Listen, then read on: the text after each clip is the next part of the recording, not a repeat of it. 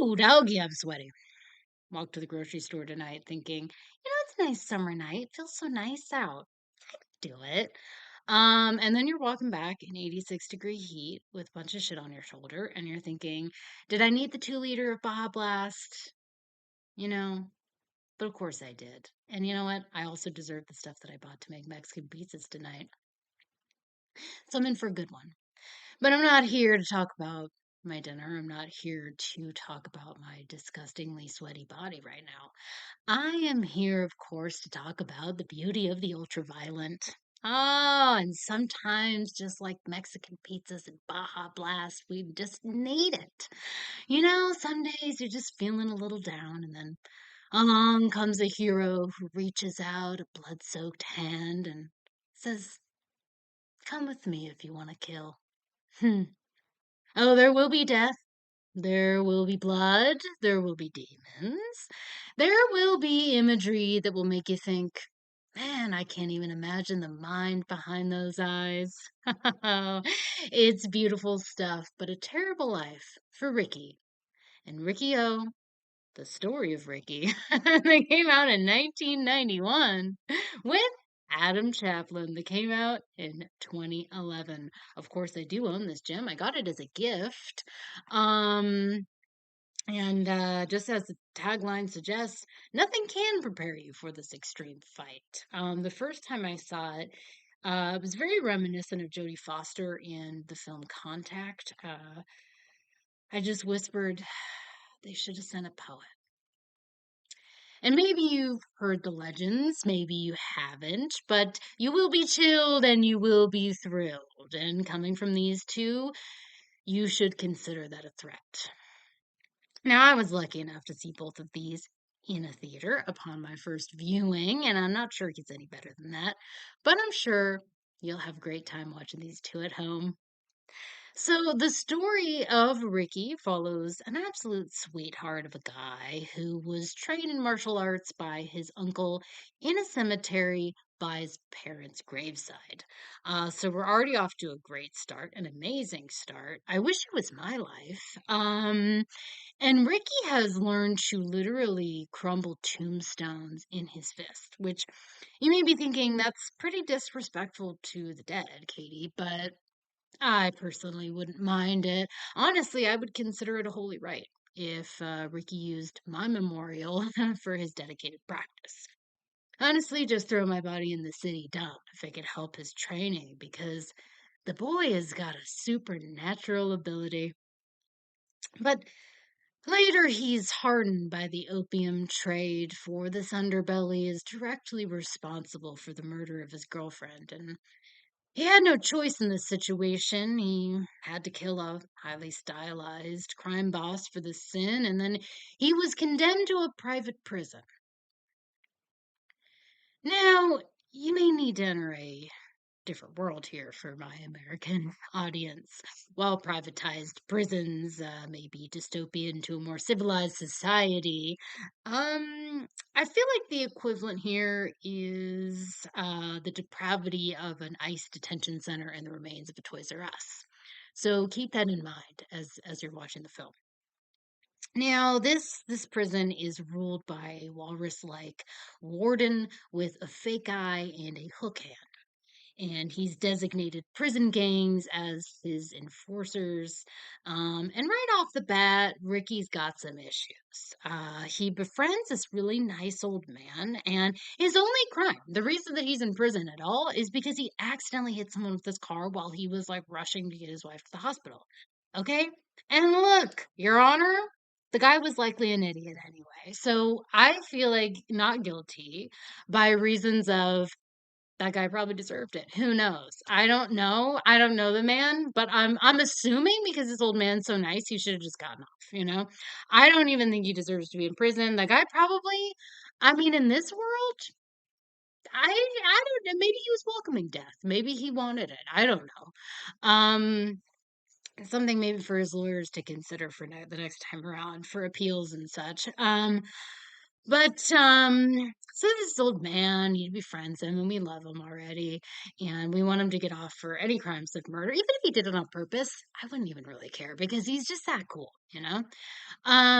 But anyway, he's like been in there for too long. He's counting down the days to his freedom. He can see it, he can taste it, you know?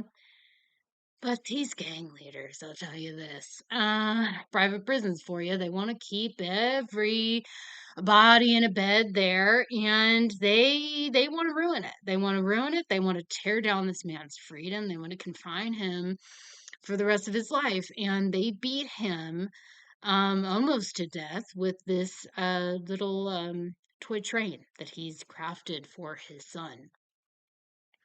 Now, Ricky is not going to be seated for an event like this. He witnessed it, and he's enraged. And he smashes that gang leader's face right into a plank of nails. And he deserves it. We love it. We're already cheering because as this fight kicks off, we get our first taste of the bloodshed to come. And this film holds absolutely nothing back when it comes to excessive, extravagant, dare I say, exquisite murder. And it's basically kind of a tit for tat for on acts of violence after that. And so that gang leader, after he gets his face knocked into the nails, unfortunately, he survives it, and he's like, I'm gonna summon the sumo wrestler who is sequestered in solitary confinement to teach Ricky a lesson. Ricky, of course, then returns the favor by literally punching a hole straight through his belly. It is like it's one of the sickest scenes ever, dude. I mean, those fists are literally loaded weapons, and it's just I'm telling you, you're gonna love it. And there is eye popping, there is arm ripping, there is razor blade spitting. At one point, Ricky's even buried alive for 7 days and survives solely on his lust for revenge. He may come out weakened in body, but he is stronger in spirit. Oh, our Ricky-Oh. From there, someone gets crucified. The director of the prison comes for a visit with his fancy boy Failchild, and there is a showdown that culminates in Ricky literally punching down the walls of their confinement. He remains a person of the utmost character. One might say he's the type of hero that we need today. And maybe, just maybe, he's out there lurking, exercising his fist for more punishment, waiting in carnal desire to be tested again. Honestly, I can't hype the film enough. It's one you're never going to forget, and it's one that you're never going to shut the fuck up about once you finally view it for the first time. You may have to purchase it to see it, but it's worth every penny. Gather your friends and prepare yourself for a night of wonders ahead. So, Adam Chaplin is sort of like the Crow and Fists of the North Star had a cinematic Italian love baby. Now, if you don't know what Fist of the North Star is, which I didn't either until I saw it a few years ago, it's considered one of the most violent animes ever made. Now, I'm not really a fan of anime. I love the Studio Ghibli stuff, obviously. Porco Rosso is my favorite. Fittingly, it is a film that follows an aviator pig. um, that is what Bugley was for Halloween this year.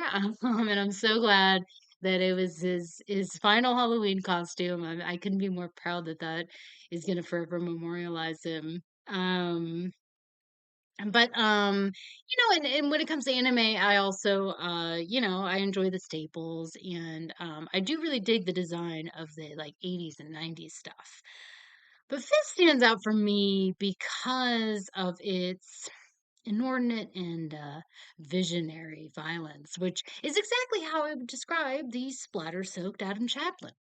Normally, I am not a fan of non practical blood, and that is putting it very lightly, but I do feel like it works in this film because it's like it doesn't look so much CG as it looks cartoony. So it works. And the action is very in line with anime. It's fast punching, it's fantastical. And then the story, color scheme, and character design are all, much more resemble The Crow. So Adam's wife is not just killed, but set ablaze by a brutal and very ghastly mob boss for owing him money.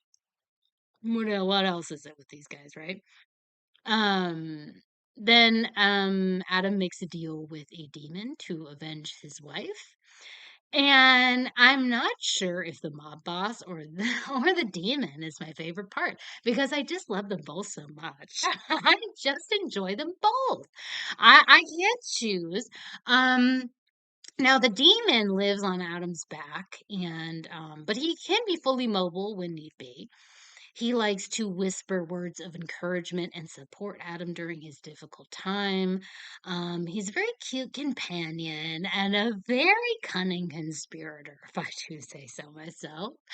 And I know that his name is a joke. This is probably the only disappointment I have in the film, is that I know his name is a joke on another character in the film, but I do feel like we could workshop Derek a little bit more. In the sequel, I feel like maybe we give him a more deserved name, an aristocratic name, really put some respect on it. Maybe something to think about. Um, and then the crime boss is like Bane on methylastrado. Whatever corrosive chemicals he's pumping into his veins, well, it's working for me. Let's just say that. And he's got all these fun little backstories about his domineering and savage father. It does feature animal torture, so do be wary of that. But honestly, colored me shocked. If he didn't partake in something like that, this man is a very ghastly ghoul.